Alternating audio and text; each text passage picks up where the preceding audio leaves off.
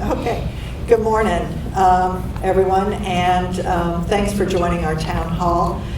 They're going to have several of us here today talking and answering questions. And I want to make sure. So let's just take a second. I want to make sure y'all know who's here today, and we will talk through a number of questions that folks have sent in, and hopefully try to provide some additional information. So I'm obviously Cindy Gillespie. I'm the secretary here at DHS. Keisha Smith, Deputy Director at DHS. Mary Franklin, Director of Division of County Operation here at DHS. Mr. Martin, Director of Children and Family Services. Jay Hill, Director of Aging and Health Behavioral Health Services. Right, and we have Melissa Stone, Director of DES, who will be joining us remotely. And we have a number of others here today spread out in this room that will come up and talk. And we have an interpreter that has joined us today. Amy, I didn't get her name. Amanda Firth. Thank you for joining us. We really do appreciate it. Okay, so as we get started, I wanted to take a second to set a stage.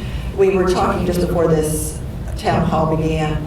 It's hard to believe it's only been 5 weeks since Mary Franklin was reminding us that the first case was actually on the 12th of March, and that the 17th of March, 18th of March is when the emergency declaration took place. And we all, in that period, began to make massive changes, both in the operations here at DHS and around the state. And as we start to talk through a lot of the questions and issues that have arisen in the last 5 weeks and look ahead, I do want to just take a second and talk about what the last 5 weeks has been. I read something that really stuck with me when they talked about how while we were all someone said, while we're all riding through the same storm, every one of us is in a different boat. And we have to realize that none of us are seeing the storm the same way because our boats are different. And it's really hit me as being incredibly true. It's not just that this last 5 weeks has brought on a massive health emergency in the state. What that has led to is also an economic emergency in the state. And even as we've gone through this period, we've had 2 very severe tornadoes that have hit this state. I mean, this has been a rough 5 weeks. And when you step back and think about it, even before we start talking about what's happened to people outside DHS, the impact on folks inside DHS, do remember and think about what's been going on with your colleagues. We've been very blessed here in that we have not had to do the layoffs that so many businesses in Arkansas have done, healthcare providers, small businesses, et cetera. But that doesn't mean that some of our employees have not felt those financial impacts. We have employees who, even though they haven't been laid off or lost their job, their family members have. Their family members run businesses, small businesses. They had to close down. They have husbands and wives and children and parents who have lost their income. I know every one of you knows people like that. I know I do. And a lot of our employees, even as they have been coming to work and doing the work that they have to do, they're feeling those financial impacts at home. So I just wanted to take a minute and remember that. And these disasters, the natural disasters that have hit in this last 5 weeks, those have also impacted an awful lot of us, right? And it's been, we have one employee whose entire home was destroyed. I saw the photos. It's just sad and scary when you see what a tornado can do. One minute you have a home, the next minute you have nothing. So remember that as you are working with others today. You often don't know what's going on in someone else's life. And this storm we're all in, truly everybody is in a different boat. So be kind to each other. I guess is the best way to say that, and recognize that the impact of this period is far more far-reaching than some of the things that we all talk about and work on every day. I want to talk a little bit about also the impacts of this from a couple of other perspectives. Y'all have been absolutely wonderful continuing to care for and work with our clients. I mean, this economic recession that we are in at this point, the increase in unemployment, is actually causing a lot of increased work because we're the safety net. The work in the facilities has become even more difficult. I know you've all had people, we have done the responsible things. We have shut down visitors at the facilities, but that means that the people inside can't see their families, and it means the families outside can't see their moms, their sisters, their kids, their fathers. And it's quite heartbreaking when you see what's going on from that perspective. Being the safety net agency has never been more important. And I say that to y'all all the time, but it is incredibly true. The lives of the people in the facilities are in our hands and our hands alone because their families cannot come in to help them. And that is a very, very big responsibility. So my deep appreciation to you for what you are doing. And I have heard the stories about after these natural disasters and in the middle of all of this, people already struggling, and then the disasters hit, 400 people lined up to try to get into one of our county offices so that they can make sure they have food. I know about those of you who have been driving food around this state to make sure that we get the food pantries restocked and people can have food. When it comes down to it, it is the simple, basic needs of life that we are providing right now: food and shelter and health, the very basics. It's not really the high-profile, exciting stuff. It's making sure that people eat and making sure that they have a roof over their heads. So thank you for what you're doing in that respect. We had as I said, we have been blessed here at DHS as DHS employees that we have been, while not spared from the impacts of what's been going on, we have not been faced with job losses. I don't know how many of you even know that we were asked a few weeks ago when this hit, we and the other agencies took a cut in our budget for the rest of this year. For DHS, that cut was a little over 4% across all areas. And while it had an impact, we were able to not impact services, and we were able to not impact personnel. And we're very grateful for that. I commend the divisions and the shared services operations that had managed so well. We were able to take some set aside that they had put. We were able to do some slowdowns in some areas, and we are going to be able to get through this cut over the next 2 months without having to take actions. In the middle of this recession period, we would prefer not to have to cut services at a time when they're needed, and obviously to make personnel actions.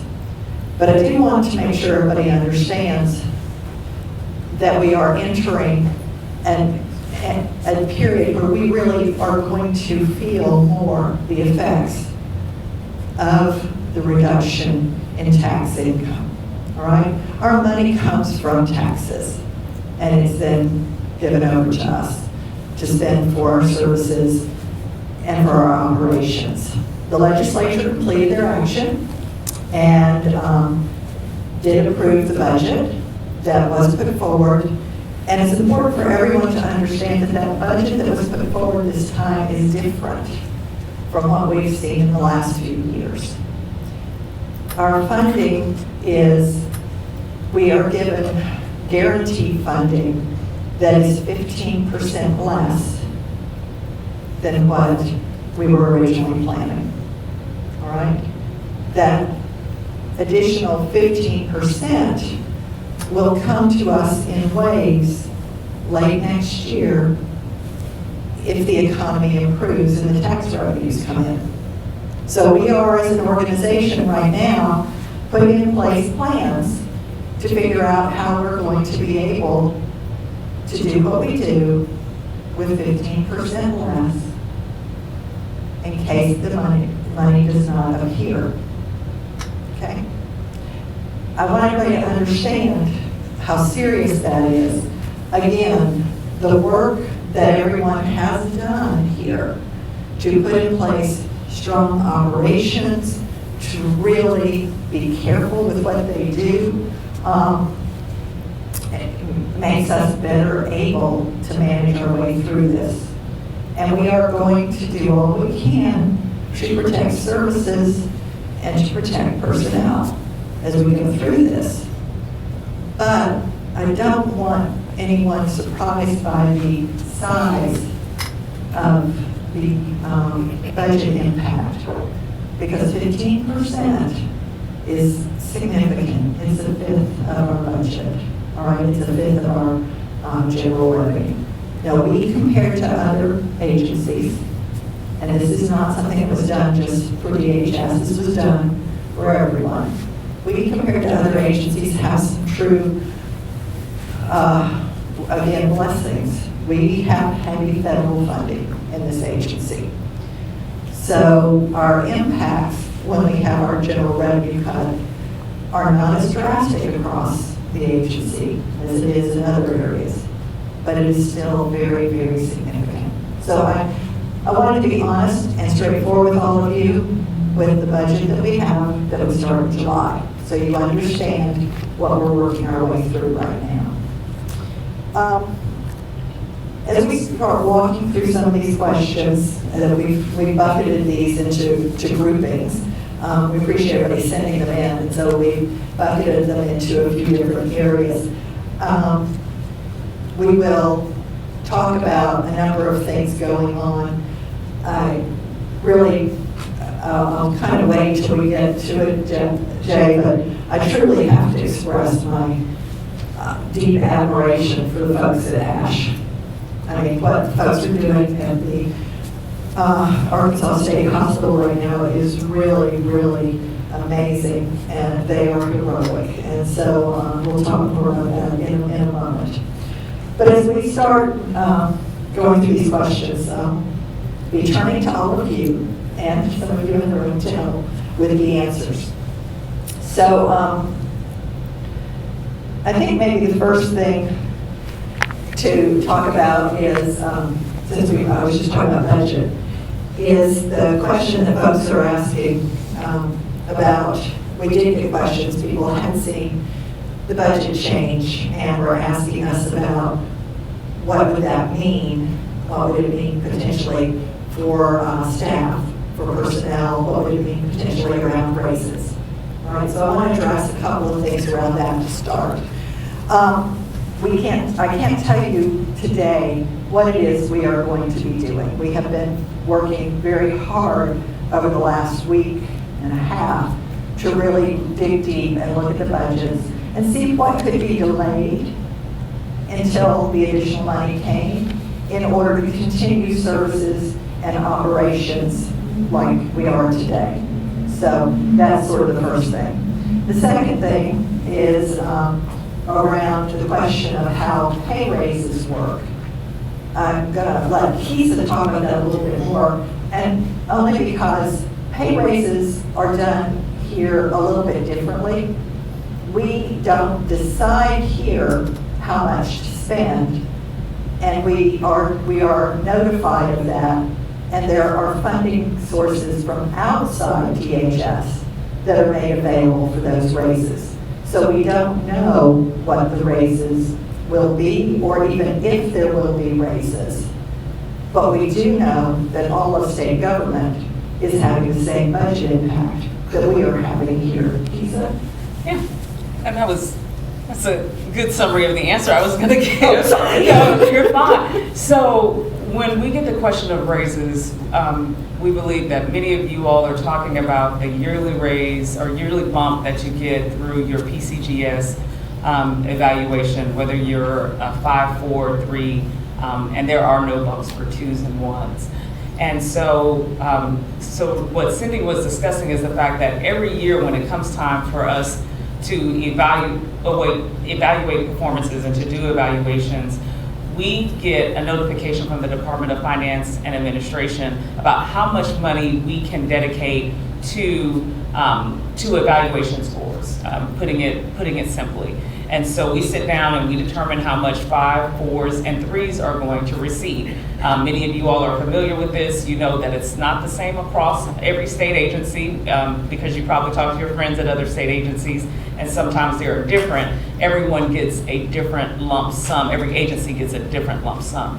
As of this moment, we have not been notified by the Department of Finance and Administration of what our lump sum will be, or to the point that we were just discussing about the budget, if we will get anything. As soon as we get a notification, we will put that information out to you all and let you know as soon as possible. But right now, we're still waiting for that answer. Great, thank you, Lisa. The next question we've been getting that is also pay-related has been around the enhanced payments that some employee groups are receiving. And I wanted to talk through those to explain what they are, how they come about, and who they will apply to.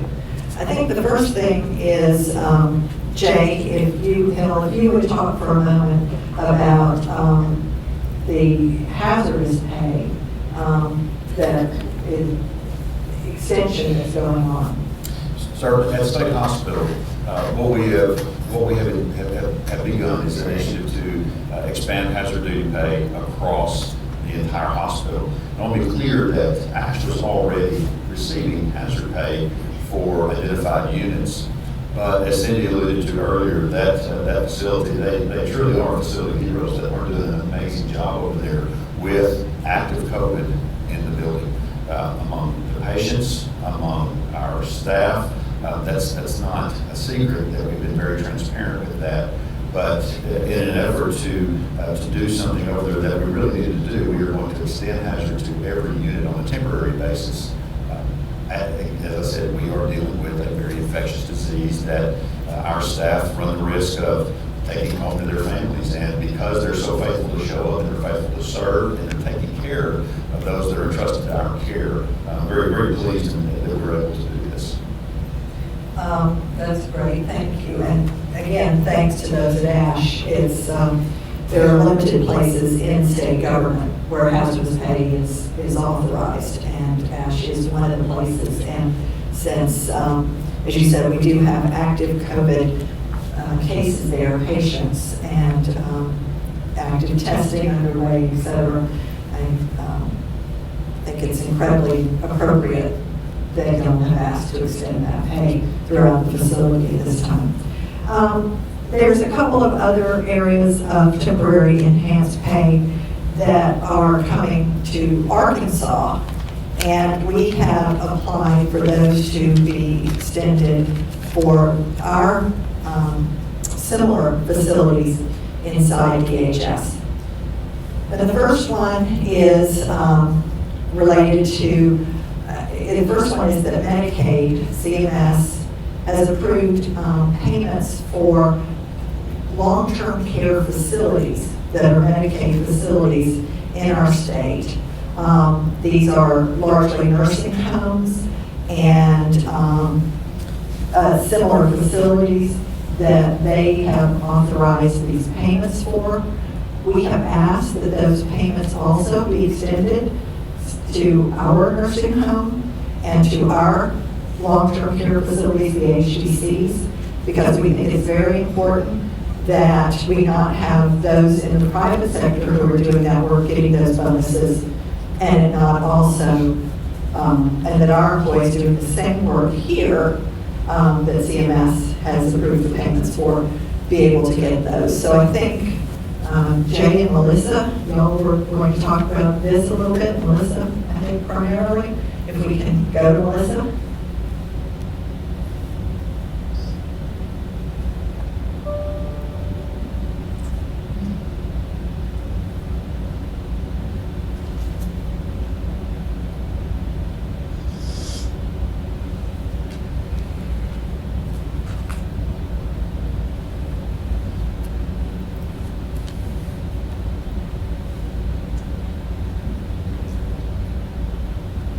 Melissa, are you there?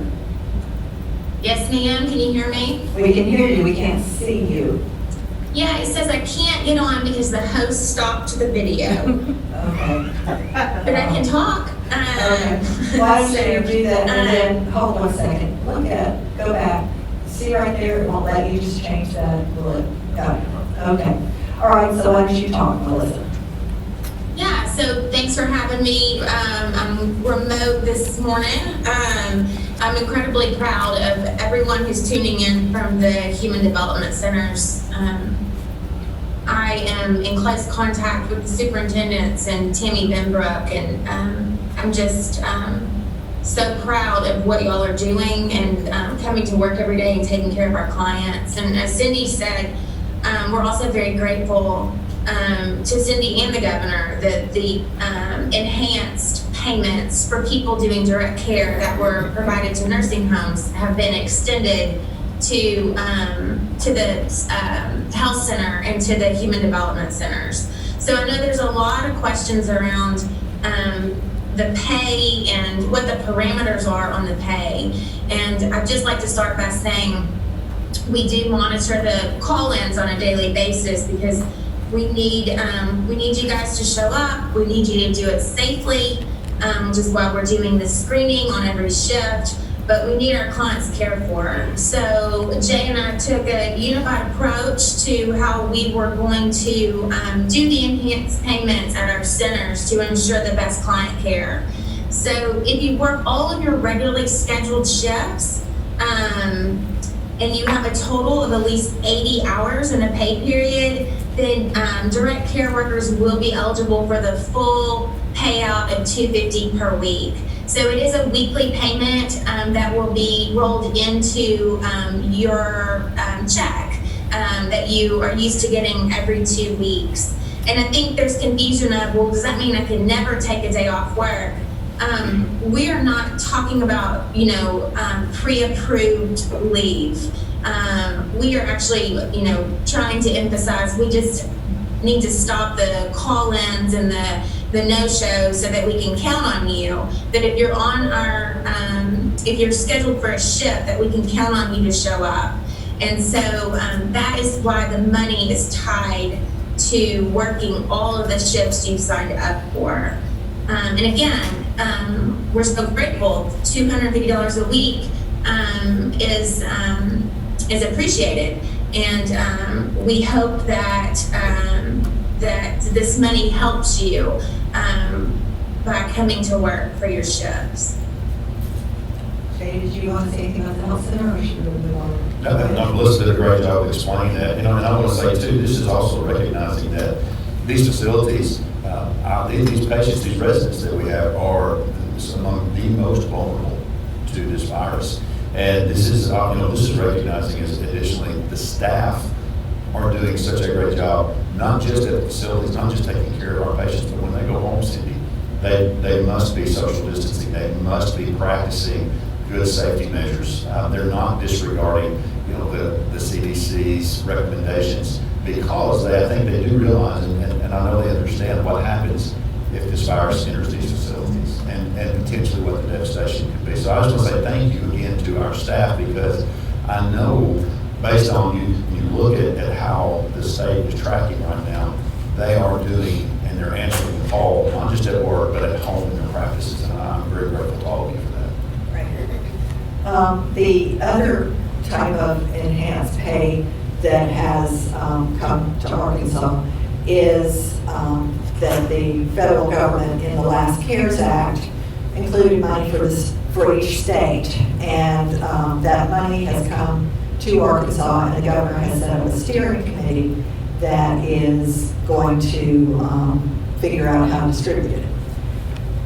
The first action of that steering committee was to pass a proposal to do the same type of bonuses, weekly bonuses on a temporary basis. All of this is very temporary for hospital direct care workers, recognizing that folks in hospitals are doing similar work and the same work, direct care with patients each day.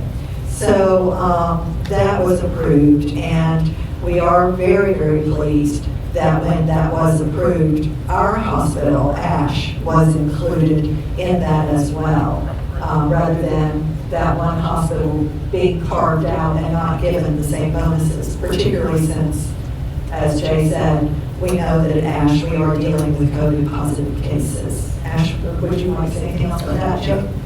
Yes, ma'am. And so with that, when we began to actually to be able to give these payouts out, as Melissa just stated, this is to pay our staff and to compensate them for coming to work, for their scheduled shifts, for being there when we need you, being able to count on the fact that you will be able to come to work. And for those of you that are doing that, this is an opportunity to gain an additional $250 a week, $250 a week. Again, I'm going to reiterate what Melissa said. This is for filling your regularly scheduled shift. This is not saying you can never take a day off. This is not saying that that we understand that that there are things that come up and happen. But for filling those shifts, we do have these enhanced payouts, and we're very pleased and very thankful that we're able to offer that to the hospital as well. You know, we're very grateful that public employees at facilities are being treated the same as employees at private facilities. So we think that is really wonderful. We've also got a number of questions from a safety perspective.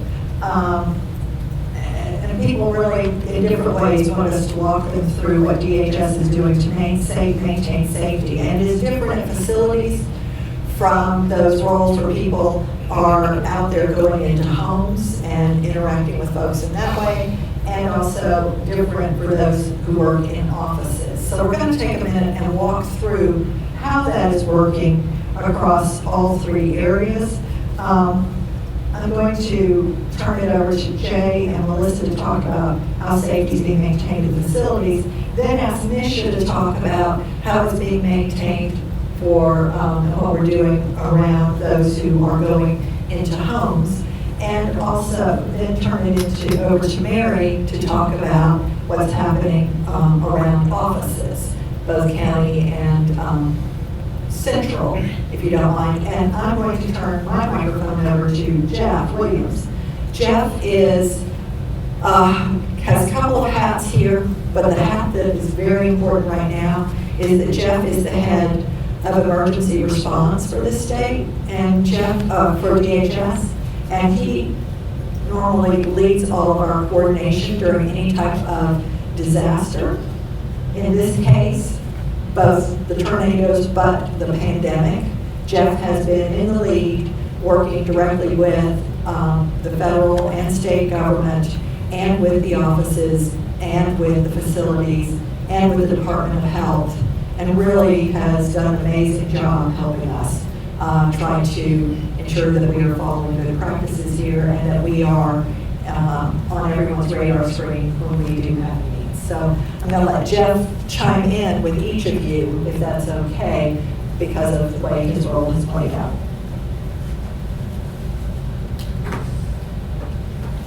And you can start, Jay.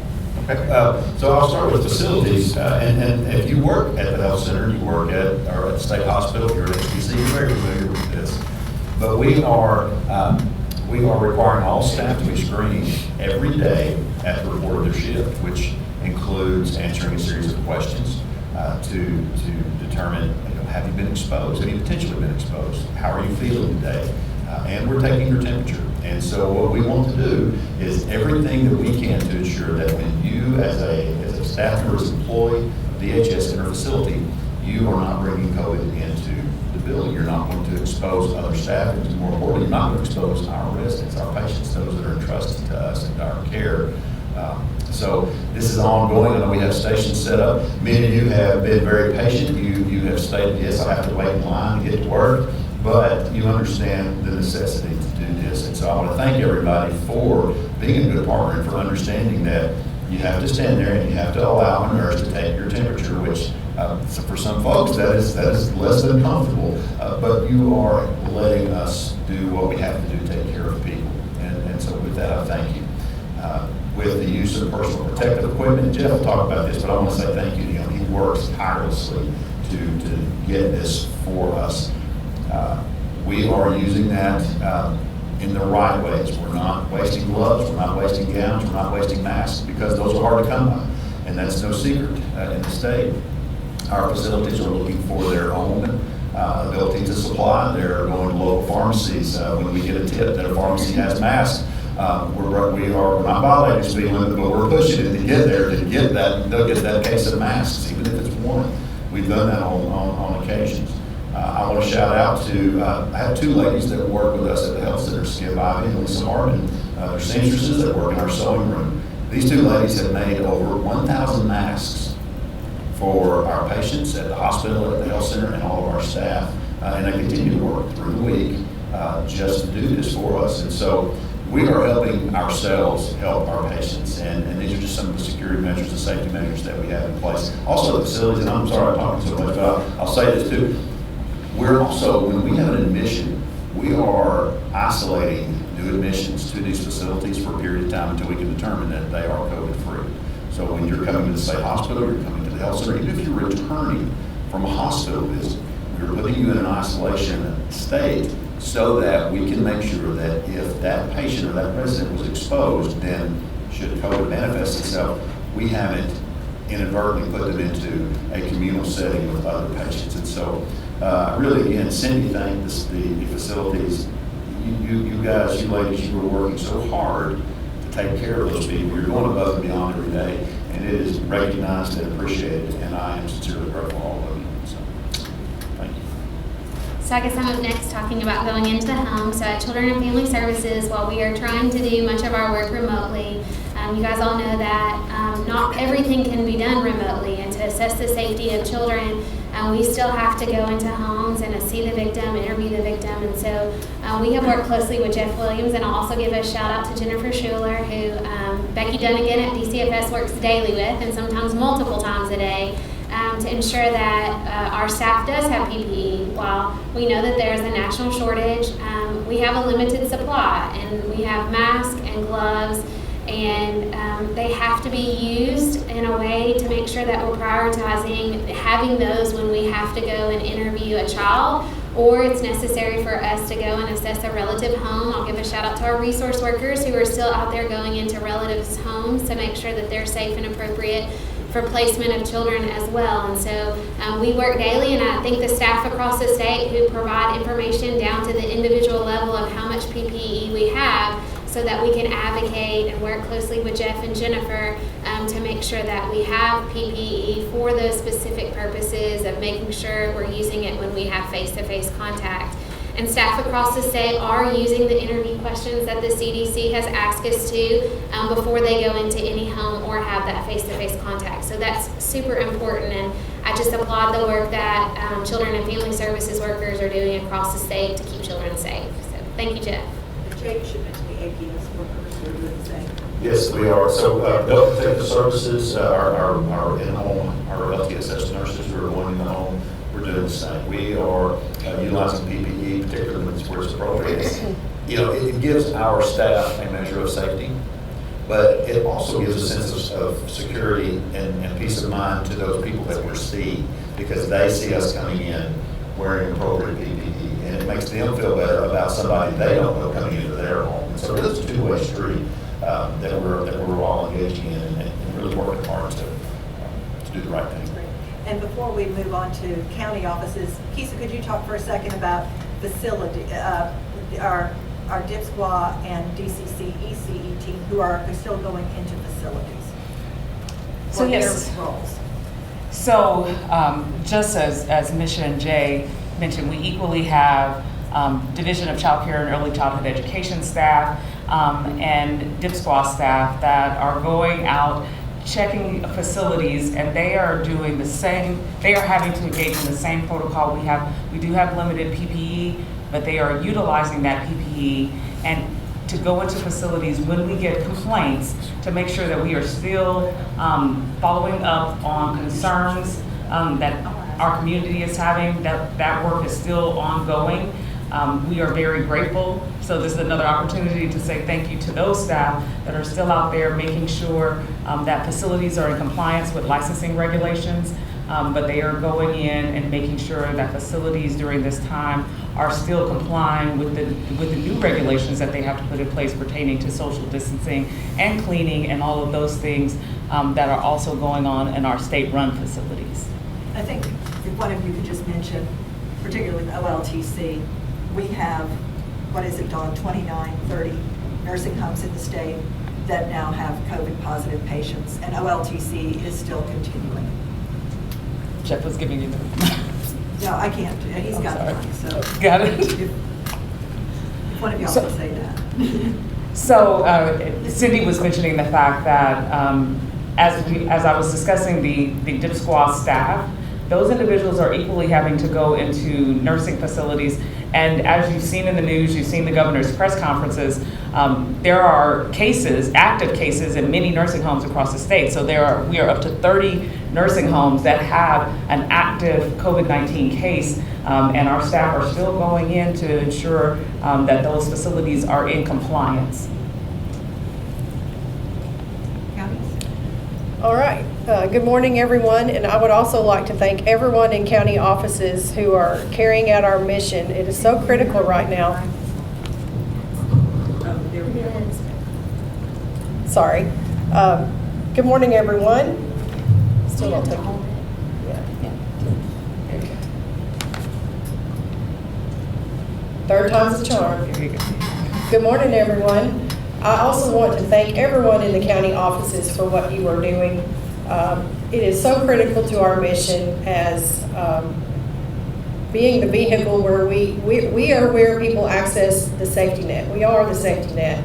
We are where people access food when they lost their jobs, or when their power's been out for a week, or when a tornado has destroyed the business that they worked in. We have a lot going on, and we couldn't get it all done without you. And I want to start out by just a huge thank you to everything that you are doing. In county operations in particular, we can't go totally remote because we have to be there for our clients who don't have a way to access our services remotely. But along those lines, I do want to talk about what we have done to help ensure safety while we continue to carry out our mission. We are practicing social distancing in our offices to the extent that it's possible, which includes staggering shifts, not having everybody in the building at the same time. It includes drop boxes in our lobbies and ways to allow our clients not to have to come all the way in if they don't need to. We have also been working with our federal regulators and federal partners for some flexibilities. We are normally required to do interviews when clients apply for the SNAP program and the Transitional Employment Assistance Program. Not only do they have to turn in an application, they have to have an interview. And we have been able to get those interview requirements waived during this time. We've been allowed to do telephone interviews without recording them, without having recorded signatures. So we're appreciative to our federal partners for allowing us those flexibilities. We have also enhanced our ability to serve people just in general, to let them know they don't have to come to the county office. They can now call and apply. We've set up a phone operation so that people can actually call and apply over the phone for SNAP and T. And we already had the ability to do that for Medicaid. We have online abilities for people to apply for our services, but we also still have to offer that paper route or the ability to drop something at an office for those that don't have other ways to do it. But we are also working very closely with the communications team, and thank you to Amy Webb and her team, because they have tried to get that message out both on social media and in mainstream media, just to help clients know that they don't have to come in for, and that's for everyone to avoid having to get out and come. And but when they do come, we are asking them to social distance. We're asking them not to crowd in line. But we are still serving those who do need to ask a question, who can't just drop something off. And we're doing that by not allowing the lobbies to get overfilled and crowded and just taking care of things one by one. We also are doing temperature checks now. We finally were able to get the right kind of thermometers that don't require touching an individual to take that temperature. We finally got those in, and those should be in all the county offices now. And we have asked counties to let us know if they don't have one. If a nearby county has two, then we're going to get those shared and make sure that we are doing those checks for employees when they come in on a daily basis to help keep everyone safe. Also want to talk a little bit about what's going on here at the central office. We're also doing social distancing. This is the first time I've been in a room with people in a couple of weeks at least. But when we are in a room, we're having distance between us. People who could work remotely are working remotely.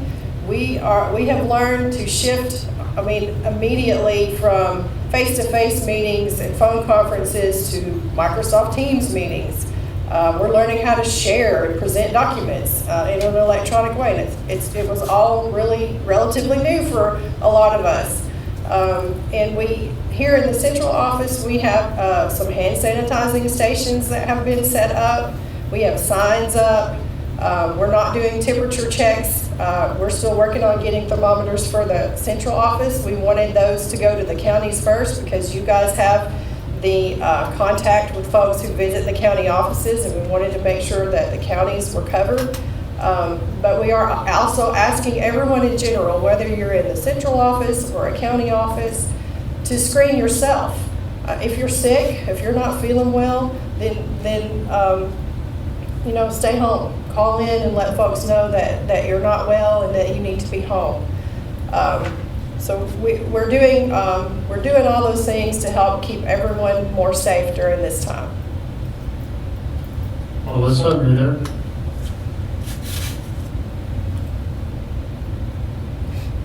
Sorry.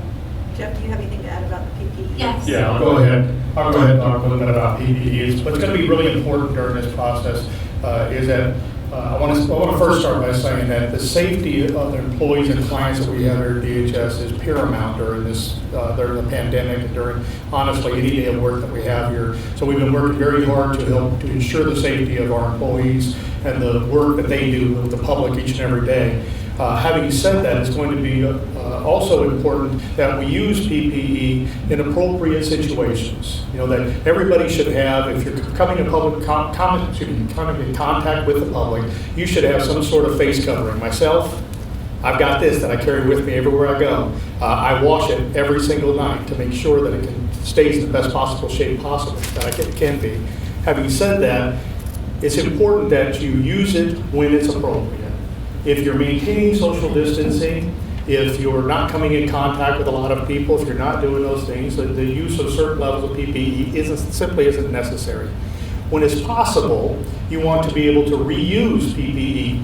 For instance, the goggles that we have handed out, those can be cleaned each night, or they can be cleaned after each contact with the public or with somebody that's unknown, and we can reuse that PPE. And it's important in those cases that we do so.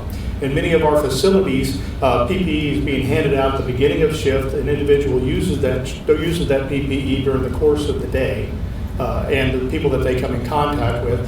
And then at the end of the day, they're able to dispose of it, those items that they cannot reuse, they're end up disposing of it. And that's important that we continue to try to do what we can to ensure the safety of our employees and our clients, but we also use preventative measures to allow us to be able to continue to use that PPE. One of those very important measures that we have, especially with the work that we do here, is that you wash your hands. Anytime you come in contact with an unknown individual, and especially in our county offices where they may be handing you something, you want to ensure that you wash your hands after each contact, That way you're not only keeping yourself safe, but you're keeping the next people that you're going to come in contact with safe. I can tell you that I work hard every day, not just myself, but the rest of the staff that works with me works hard every day trying to constantly find PPE. I know that there's a shortage of PPE throughout many of our facilities and throughout our county offices over what we would like to have in our offices, but we are working hard every day with all of our resources to be able to find that. I tell people this is my normal uniform around the office, but in the last month or so, my uniform has been blue jeans, a work shirt, and boots, because I've been climbing through many of these places trying to find any boxes of PPE that we can. And that's not just myself, that's many of our staff are doing that each and every day. So I appreciate the facilities and the work that they do. I appreciate the work that you do in conserving the PPE and using it properly. And we're just going to need to continue to do that until the supply chain opens up to a level that we're going to be able to provide you all of the PPE that you need. But remember, face masks, washing hands, social distancing, all of those safety measures that you hear over and over again are just going to have to become a normal part of our day for the foreseeable future. I have one more thing to add. I just would like to make sure that, and reiterate that county administrators are empowered to use your P cards and purchase that locally available PPE, masks and gloves if you can find them locally, because right now that seems to be the best way to actually get those things. It's smaller quantities, but you are empowered to do that, and we will continue to work to get sanitizer delivered out to you all so that we can keep your hand sanitizing stations filled. I don't know if anybody can hear me, but if not, y'all repeat it. The next question that was there, because I wanted Jeff to keep the microphone, is what happens when there is in fact someone who is found to be positive? And so I know this has been going on at the facilities, and y'all can just talk about the protocols. And if one of y'all could repeat what I said so people know. So the question was, what happens when there's a positive? If it's in a facility, if it's in a county office, if it's among one of our patients, something, if you have been in the field and you've been exposed to a home. So we backtrack, and there's a phrase for this, and I'm not using the right words, but we want to go back so many days to determine who all that staff member has been exposed to. And I'll give you an example. So for a nursing staff at the state hospital, we will look back at the units where that individual has worked over a period of days, and we go back, and what we have done is begun testing. I'll tell you that at ASH, we've completed over 300 tests now for COVID among staff and patients.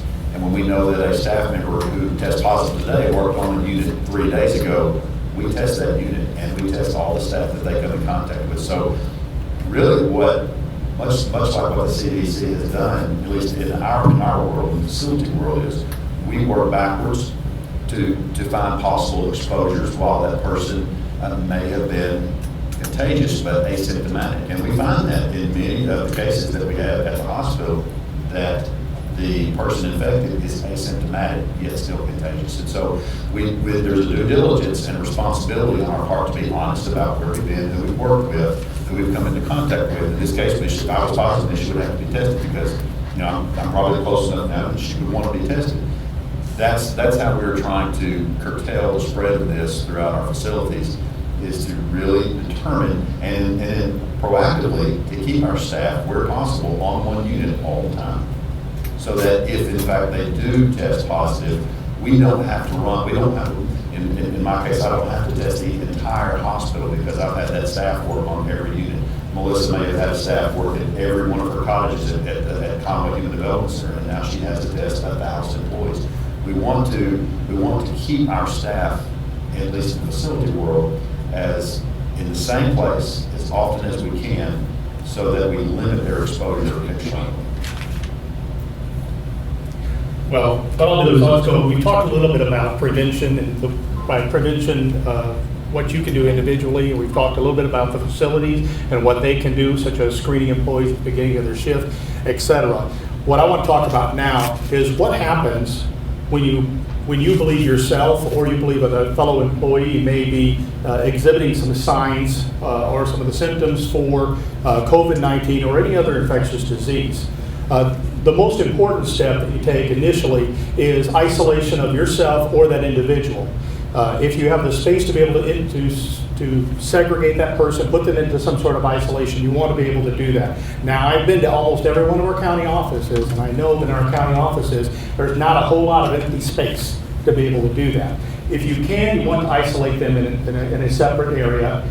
If not, you want to keep them and retain them in the area in which they work, unless that comes in a lot of contact with the public. But you want to be able to isolate the individual from other employees. You want that employee to be screened. Primarily, you're looking for temperature. If each of your offices already has a thermometer, go ahead and allow them to be able to take their own temperature so they can see where they're at temperature-wise. If somebody's assisting with this, they should wear some level of PPE, whether it's just a face mask and then gloves if possible. If not, please immediately wash your hands afterwards. But screen the individual. You're looking for the same screening signs we've been talking about for the last 4, 6, 8 weeks now. You're looking for a temperature of over 100.4. You're looking for individuals who have symptoms or signs of respiratory problems that they're having. It could be things such as a cough or difficulty breathing. Remember with the cough, many of us have seasonal allergies that we go through, and there's cough like that. So just because an employee is simply coughing doesn't mean they have COVID-19. But we do want to be careful about watching for that. After you screen the individual, if they fail the screening, which means they have a fever, there's respiratory distress, etc., you want that individual to leave the office, go home. You want them to get out of the office and contact their medical professional, whoever their doctor is. When I say contact, call that doctor's office, call the clinic that you may go to. Please do not just immediately go there to the clinic, because they're wanting to be notified of the issues you may have, so that they can protect not just you from other individuals, but protect other individuals in the offices from suspected cases as it is. So you want to immediately isolate, screen, go home, contact your medical professional, and then follow whatever guidance that medical professional gives you. This is a constantly changing landscape that we have here. And I won't say that this is what your medical professional is going to do, because what they might do today may be different tomorrow. Follow whatever guidance that they give you. And then as you're able to, please notify your supervisor, the staff there at the office, so that they can understand what's going on with you. If a medical professional decides to give you some sort of testing, we would obviously very much appreciate the results of those tests, so that we can make a determination on how we want to move forward with the remainder of the staff there at the office. The office, if you have somebody who is suspected, or especially if you get somebody who calls in and confirms, it's going to be important for you to be able to log who is in the office at that time, or who was in that office about 48 hours prior to that time frame. So if you have somebody that you suspect or is confirmed to be positive, and this goes with the flu as well as COVID-19, but if somebody is determined to be positive, you want to be able to have a log of the individual, so that we can make sure that they are notified and need to be self-monitoring until they can seek medical assistance as well. So make sure you notify your appropriate business staff. And as I said, when your results come in, whether they're negative or positive, please let your supervisors know, so that we can do that. I have the ability to be able to access the Department of Health through some different individuals to make determinations as to the positives that we have out there, and then we can start our process, our internal and our process of working with the Department of Health and the Department of Emergency Management to notify all of the appropriate folks. And then I would say finally, just remember, there are certain preventative steps that you can take in this process. Please take care of all those preventative steps that you can do and within the office. And it's very important to say that if you have a positive within the office, make sure that you go through a process of cleaning that area of the office thoroughly. We have people that can do that professionally for us if necessary. So it's going to be important for you to notify us and let us know what's going on in your offices, so that we can be taking care to ensure the safety of all of our employees. Thank you.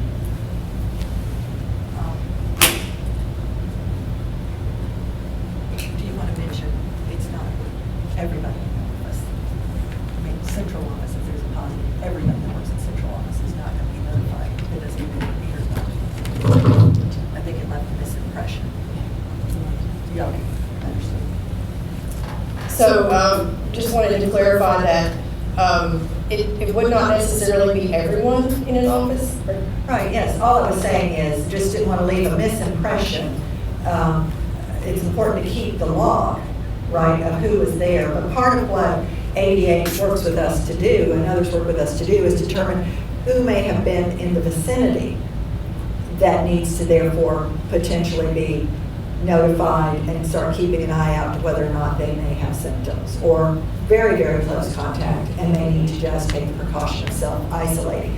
A simple example would be here at central office, if there were to be somebody who tested positive down on the first floor, there is no reason for me to self-isolate. I haven't spent much time on the first floor in the last 2 weeks, right? So it is not just there was someone somewhere within a large area. It is who has been in close contact around someone. So just so that part is clear, because I know that question has come up to us a few times. And this raises the other question that we were asked by a number of you.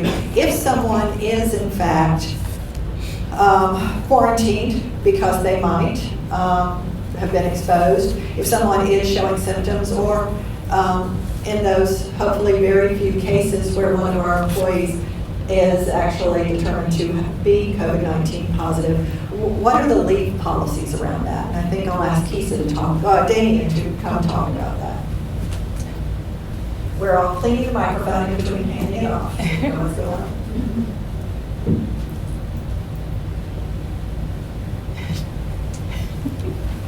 Alrighty, yes, there is a new leave in ease that we will be using for anyone who is diagnosed with coronavirus or who is quarantined or who has the symptoms of coronavirus that came out of the Family First Coronavirus Response Act. And there will be required paperwork that now has to be submitted along with that. And you just need to get in touch with your HR liaison. They will be your go-to person as far as getting all that paperwork accomplished for you. And the only thing that I will add is that leave is up to 80 hours, but we ask that individuals that are, as Damien noted, have been diagnosed with coronavirus, are experiencing the symptoms, or have been advised by a healthcare provider to quarantine. We ask that you stay in constant contact with your HR in bed, because if you exhaust those 80 hours, there are things that our agency will do to ensure that you are taken care of while you're recovering from the virus. Yeah. Right. Thank you, Damien. All right, thanks. All right, the next series of questions that we got were really dealing around business operations. And one of those was about laptops. I know a number of you have shifted to remote work, and many of you are using your own computers. Some right now don't have computers. Folks have been having difficulty where they don't have VPN, and so I'm going to ask Jeff Dean to talk about that a little bit. Good morning. I think you heard that this started. Oh, sorry. Is that better? I think we talked about this started on the 18th. So, and we quickly realized that we were going to need to accommodate remote work and working from home at a scale that we had not previously. So on the 25th, 7 days later, we actually issued a PO to a vendor for 955 laptops, and then we did a supplemental order after that. All in all, we've ordered more than 1,300 laptops. So they're starting to roll in, but as you can imagine, the entire nation is doing the same thing. So by the time we got our order in on the 25th, our vendor had told us that there were tens of thousands of laptops that had been ordered at that point in time.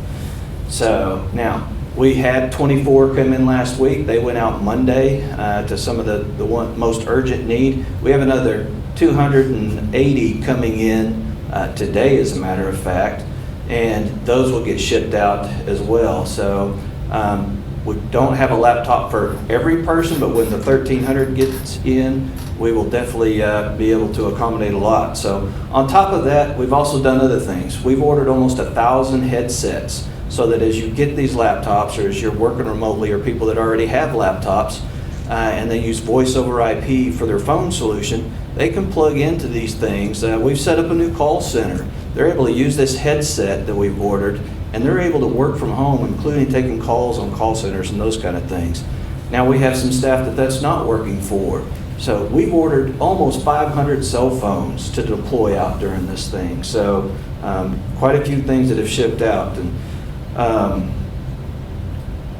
I get daily updates from the vendor on the remainder of the laptops, so where they're at. So there's a very constrained market, but we know that we're going to have 300 here this week. I don't know when the next shipment's coming in yet. I haven't been notified on that. So a lot of you have asked, well, we think VPN is better than doing direct connect, a remote desktop connection back to my desktop. And then I hear remote desktop people say, well, the VPN connection seems to be more stable. I want to go on that. So I want you to think of that like rush hour traffic. So when you try to come in the mornings, rush hour traffic, you get slowed down. Sometimes you have to stop. That's the internet right now. Everybody is on the internet. The roads look pretty good out there, but the internet is congested. So to be honest, whether it's VPN or if you're remote desktop being back into your work laptop, or desktop, you're probably going to have a similar experience. There's going to be some drops. But by and large, we've got thousands of people in every day working remotely because we're watching the servers and we can see those connections. Thanks. Great, thanks. I think the one thing I will mention around laptops is just to give a shout out to some of the folks here at Central Office who had laptops and have been willing to turn theirs in to be temporarily used by county operations. Our focus has been on getting as much out to the counties as we can, and people have turned in their own laptops in order to be able to do that, are coming into the office instead or using a personal one. So we have really, really appreciate people being willing to do that. And as we talk about laptops, PPE and all that, I do have to thank procurement for all of their work. I mean, they have been doing just incredible job trying to track everything down, trying to find it for us, competing with everybody, not just in Arkansas, but around the country to try to come up with what we need. And it's quite a challenge. It's just not business as usual. So really want to say thanks to them for that. And Cindy, can I add to that? Yes, Sorry to interrupt, but to call out Mary Catherine and Steve Ferguson, who set up a dispensary shop for sanitizer. It's been really amazing to see them set up shop and take 5-gallon buckets and put them in small containers, milk-sized jug containers, whatever, to get it out to the county office. That's a pretty cool operation. Yeah, it really is. Y'all have been very creative, so we appreciate it very much. I think the last thing, did we talk already about working remotely becoming permanent? Because that question has been asked a couple of times. No, we haven't done that yet. All right, let's do this in sort of this, because this last bucket is something that has just recently come up, with the governor beginning to set in place a target date of May 4th for this state to possibly enter phase 1 of reopening. And as you saw yesterday, he laid out a number of areas where they'll be making decisions as to whether or not we can begin to move into phase 1 of reopening. And there is a report that has been put out by a medical working group here that tries to start defining what's needed for phase 1 and what should employers be looking at when you move into phase 1 of reopening. And I want to talk about that for just a second, because Arkansas has done an absolutely amazing job. Y'all have been a big piece of that in flattening the curve, so we haven't had thus far that really high number of cases and that really high number of deaths that were originally projected. And as long as Jeff Williams said, we continue with our social distancing and we continue with good hygiene and washing our hands and doing the things we need to do, that should continue on. So the state is starting to look now at how do we begin to head back towards normal? What's our process going to be? Well, May 4th is not very far. And recognizing that if we do head down this road, state government will be at peace it will be an employer that will begin to shift back towards normal. We will start moving ourselves through our own phase 1 at some point soon. So we started here working to try to think about how are we going to do that? How are we going to shift folks back from remote? How are we going to begin to have our employees coming back in while still maintaining social distancing, while still maintaining a lot of the safety and cleaning procedures?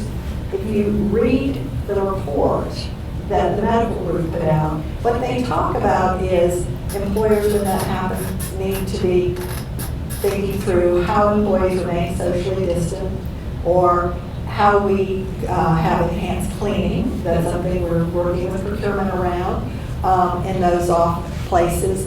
And you think through how do you stage folks beginning to move back in. So I just wanted all of you to also understand, even as we talk about this and we are in the middle of it, you know, to go back to my storm analogy, we're starting to see the light on the horizon, and we're starting to think about what is life going to be like as we move out of the storm, and how are we going to do that safely so that as we head into summer, we are able to ensure that we keep that curve flat here in Arkansas and we don't see a spike up in cases. So I know I have missed seeing everybody. It's not the same looking at folks on the TV screen. So it'll be lovely to have that human interaction again in person with folks as we begin to move towards those phases. But I also want to assure y'all it is going to be a phased approach. It is not going to be a one day we just say, hey, it's over, everybody back in, life back to the way it was. We will have a new normal. And that new normal will mean that we will, even as we move through the phases, continue social distancing. We will continue modifying operations in a way to where we have less contact. And that kind of leads to the question around remote. Obviously, we're going to continue, as we move through these phases, having some people on remote and using remote.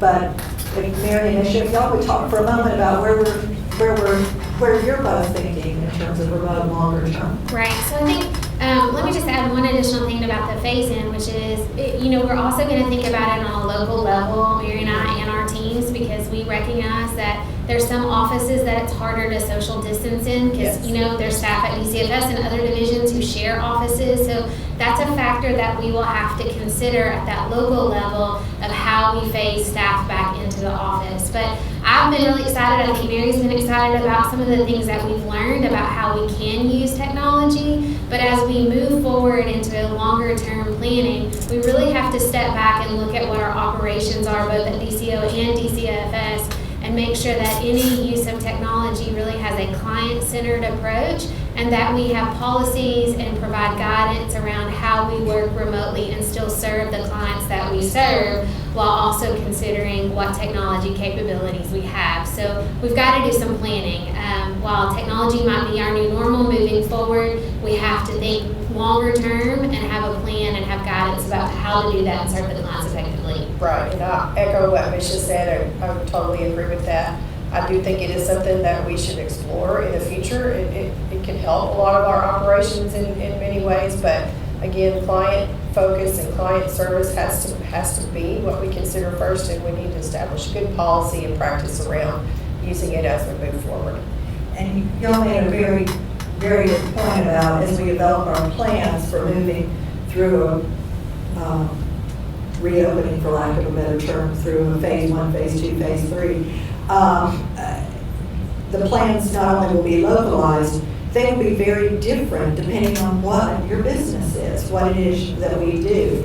The facilities, for example, where we have a much different situation because they are closed, contained places that should a virus enter, it is very different from in one of our offices where a virus might enter, but you are not all trapped in there together constantly. And you are not providing direct care with each other, with a client in the same way. So your phase-ins will be different at facilities than the phases will be for DCFS, which will be different in some ways, but connected with the phase-ins for DCFS. And in addition, we have staff that work in the county offices, not just facilities, take adult protective services. Well, they're going into client homes, so we want to be sure that whatever solution we put in place and how we phase that in, it takes into consideration that we have the ability to take that virus out with us, or any kind of infection out with us. And so all of our approaches are going to have to be client-centered. To do what I think Mary Misha stated very well. And so they'll be working, everybody is starting to work on this, and everybody's starting to work on it with their units and with the different regions and areas to start thinking it through. Because we do want to be prepared when the time comes and the governor says, all right, state agencies begin to shift away from having so many of the employees working from away, and let's start to move towards resuming normal business operations. We want to be prepared as an organization to do that.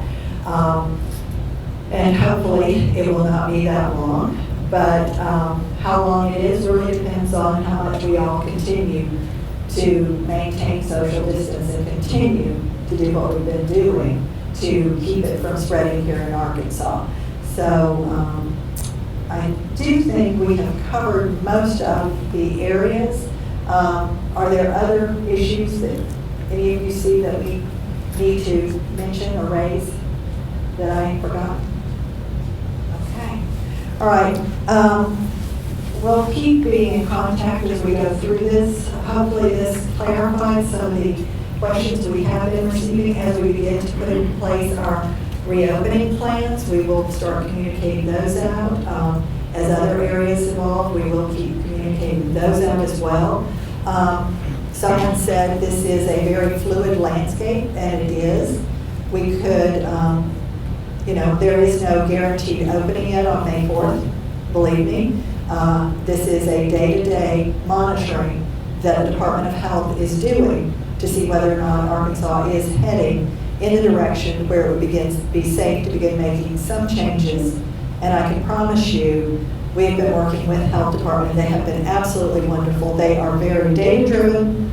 They are very precise, and they are not going to recommend anything that puts us in a state of danger of spiking up or having this virus go from being something where we've been able to all work together to keep it limited to suddenly it has exploded across the state. And so we'll work very closely with them, and I promise we will engage this in a way to where we do it carefully and we do it keeping in mind our role in trying to help keep the public safe and keep our employees safe, even as we carry out our missions. Thank you all for everything, and I know we went way over time, so I apologize for that, but hopefully this has been helpful.